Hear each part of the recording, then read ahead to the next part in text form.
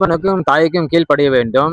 தகப்பன் சொல்லுகிற வார்த்தையை நாம் கேட்க வேண்டும். தாயும் தகப்பனும் கனம் பண்ணுவாயாக என்று வார்த்தை சொல்லுகிறது. நம் தாயையும் தகப்பனும் கனம் பண்ணணும். அதே போன்று ஆண்டவரையும் கனம் பண்ணணும்.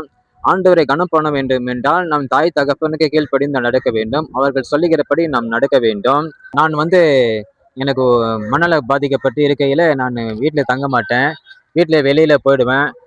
சர்ச்சுக்கிட்ட காலையில எழும்பி 7 மணிக்கெல்லாம் வெளியில வந்துடுவேன். நைட்டு போகிறது எவ்வளோ நேரம் ஆகுதோ தெரியாது. 2 மணி, 3 மணி, 4 மணி அந்த மாதிரி டைம் ஆகிடும். எனக்கு வீட்டுக்கு போகிறதுக்கு முடியாது.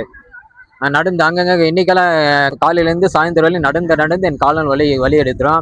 நைட்டு வீட்டுக்கு கடந்து போக வேண்டும் என்று சொல்லிட்டு எங்கேயாவது படுத்து தூங்கிடுவேன். பஸ் ஸ்டாப்பில் படுத்து தூங்கிடுவேன். தூங்கிட்டு விடிய காலையில் 2 மணி 3 மணி அந்த மாதிரி விழிப்பு வரும்போது எழுந்து வீட்டுக்கு போவேன். வீட்டுக்கு போகும்போது 2 மணி இருக்கும்.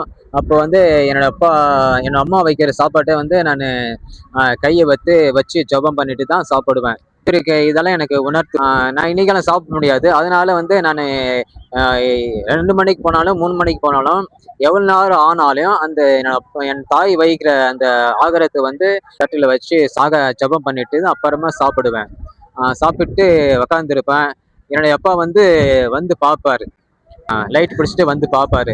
வந்து பார்த்த உடனே நான் சீக்கிரம் படுத்து தூங்குற மாதிரி படுத்து தூங்கிடுவேன். சால்வை போத்திட்டு படுத்து தூங்குற மாதிரி படுத்துருவேன். என் அப்பா பார்த்துட்டு கம்முன்னு போயிடுவாரு. தகப்பன் இப்படியெல்லாம் நம்ம மேல கரிசனமா இருக்கிறாங்க. தாய் நம்ம மேல கரிசனமா இருக்கிறாங்க. இருக்கிறபடியினால் தாய் ஆகாரத்தை வைக்கிறாங்க. பிள்ளை சாப்பிட வேண்டும். அதுக்காக ஆகாரம் வைக்கிறாங்க. அதை சாப்பிடும் போது அவங்களுக்கு ஒரு திருப்தி, மன நிம்மதி கிடைக்குது. அதே போன்று தகப்பன் நம்ம தகப்பனுக்கு நம்ம வெளியே காட்டிடணும். அங்கங்க போயிட்டு இருந்தா தகப்பன் அவருடைய மனசை நம்ம பாதிக்கப்படும். நான் எவ்வளவு நேரம் ஆனாலும் சரி வீட்டுக்கு போயிடுவேன். 2 மணிக்கு 3 மணிக்கு போயிடுவேன். என்னோட அப்பா வெளியில லைட் பிடிச்சி பார்ப்பாரு. நான் ஜெப வீட்டுக்கிட்ட தான் ஒரு கல்லு மேல படுத்திருப்பேன். அங்க வீட்டுல இருந்து விழிப்பு வரும்போது என்னோட அப்பா லைட் பிடிச்சிட்டு பார்ப்பாரு. நான் கம்முன்னு படுத்து தூங்கிடுவேன். பிள்ளைகள் மேல தாய் தகப்பன் இவ்வளவு கரிசனமா இருக்கிறாங்க. இவ்வளவு அன்பு வைத்திருக்கிறாங்க. ஆனா பிள்ளைகள் அது புரிந்து கொள்வதில்லை.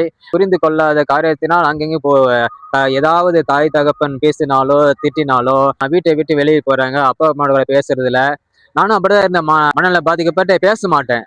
என் அப்பா அம்மா கூட பேச மாட்டேன். அம்மா கூட பேச மாட்டேன். ஆனாலும் என் அம்மா வீட்டுக்கிட்ட ஆகாரம் வச்சிடுவாங்க. பையில போட்டு ஆகாரம் வச்சிடுவாங்க. பேச விட்டாலும் என் அப்பா இரவு நேரத்துல 2 மணிக்கு பார்ப்பாரு. மகன் வந்தானா இல்லையா அப்படி பார்ப்பாரு. நான் அதே உணர்ந்து போய் தங்க மாட்டேன்.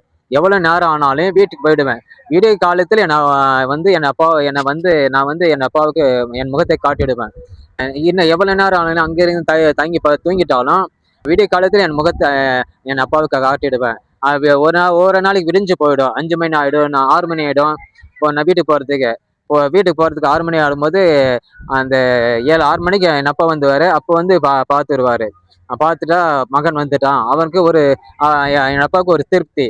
ஏன்னா என் அம்மா வைக்கிற சாப்பாட்டை சாப்பிடும்போது அவங்களுக்கும் ஒரு திருப்தி. மகன் மேல அவ்வளவு ஒரு கரிசனம், அவ்வளவு ஒரு இன்ட்ரெஸ்ட், அவ்வளவு ஒரு பாசம் பிள்ளைகள் மேல. ஆண்டவர் இதெல்லாம் நான் பார்த்து வருகிறார். ஆண்டவர் எனக்கு இதெல்லாம் உணர்த்துவார். அதை நானும் செஞ்சுட்டு வருவேன். எனக்கு உதவி செய்து வருகிறார்.